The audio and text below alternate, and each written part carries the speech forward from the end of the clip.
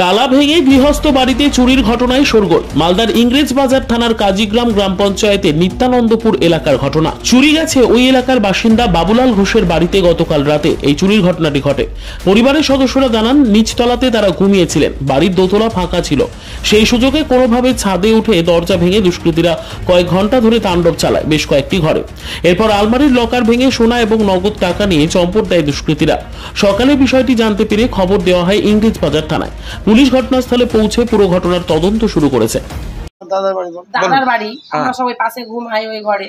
এবার ওটাই যে কিভাবে যে চুরিটা হয়ে গেল, মানে কোথায় দিয়ে যে চোর উঠলো, কোথায় দিয়ে যে চুরি করলো, এত জিনিস সব সোনাই সব ছিল।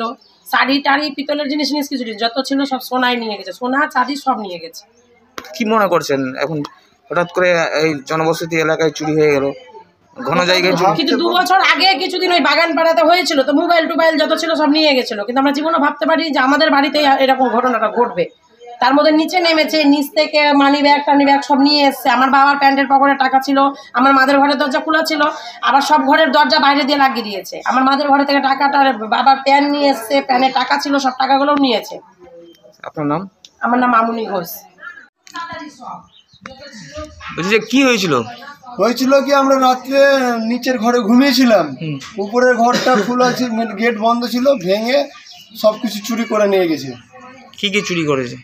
আমার বড় মালা ছিল, তারপরে আমার বিয়ের আংটি ছিল, চেন ছিল, আমার ছেলের বিছা ছিল কোমরের, তারপরে গলার 2টা সোনার গোল্ডের মালা ছিল, তারপরে পলার আংটি ছিল 4-5টা,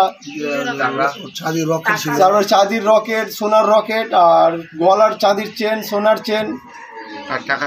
টাকা ছিল প্রায় 3-4 হাজার টাকা ছিল, বেশি টাকা ছিল না। ডাক্তার দেখানোর জন্য রেখেছিলাম টাকাটা।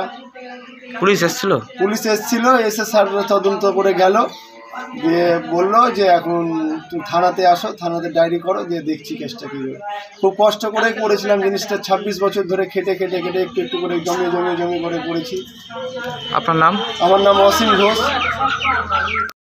Bureau report, news for Bengal. This channel does not promote or encourage any illegal activities. All contents provided by this channel is meant for educational purpose only.